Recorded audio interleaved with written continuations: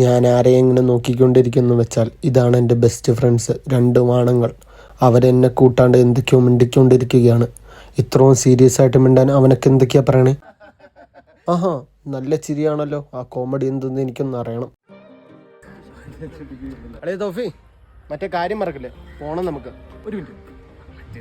ഓ, psychologic അവൻ്റെ ബുദ്ധി കൊള്ളാം. നൈസായിട്ട് എന്നെ ഒഴിവാക്കി. തേച്ച് വിട്ടല്ലടാ തൗഫി, നിന്നെ ഞാൻ എടുക്കൂടാ.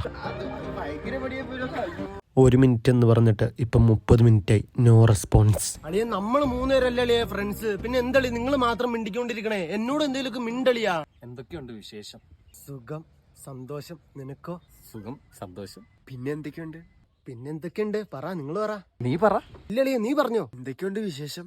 എടാ, എന്തോന്നറ 2 ഗെയിമുകൾ. എടാ തൗഫി, നീ ഇങ്ങോട്ട് വന്നേ. എടാ തൗഫി, എന്നോട് എന്തേലും മിണ്ടളിയാ. നീയൊക്കെ എന്തോന്നോടാ അവിടെ വെച്ച് കാണിക്കണേ? എന്നോട് എന്തേലൊക്കെ മിണ്ട്. അളിയാ, നല്ല ഹോഴ്സ് പവർ മൈലേജ് മന്ന ബൈക്ക് ഏതെടുക്കണം? ബൈക്ക്, നല്ലൊരു ബൈക്ക് എടുക്കണം. അത് പോട്ടെ. ഗെയിമൊക്കെ കളിക്കാൻ നല്ല റാമുള്ള ഫോൺ ഏതെടുക്കണം? ഫോണ് നമുക്ക് യൂസ് ചെയ്യാൻ പറ്റണ ടച്ച് ഫോൺ. ട്രിപ്പ് പോകുമ്പോഴേ ഏത് സ്ഥലം നമുക്ക് ചൂസ് ചെയ്യണം ഇപ്പത്തെ കാലാവസ്ഥയില്?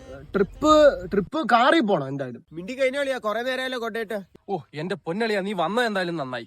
ഈ കള്ള കടയാടി മോനെ ഒന്നും സംസാരിക്കാനില്ലടാ. ഇവനെല്ലാം സംസാരിക്കാൻ വേണം. ഒന്നിനെ പറ്റി ഒരു അഭിപ്രായവും ഇല്ല. ഫോണിനെ പറ്റി അറിയില്ല, മൊബൈലിനെ പറ്റി അറിയില്ല, ട്രിപ്പ് പോകേണ്ട എവിടെയാന്ന് പോലും അറിയില്ല. ഒന്നിനെ പറ്റി ഒരു അറിവില്ലാത്ത ചെറുക്കൻ.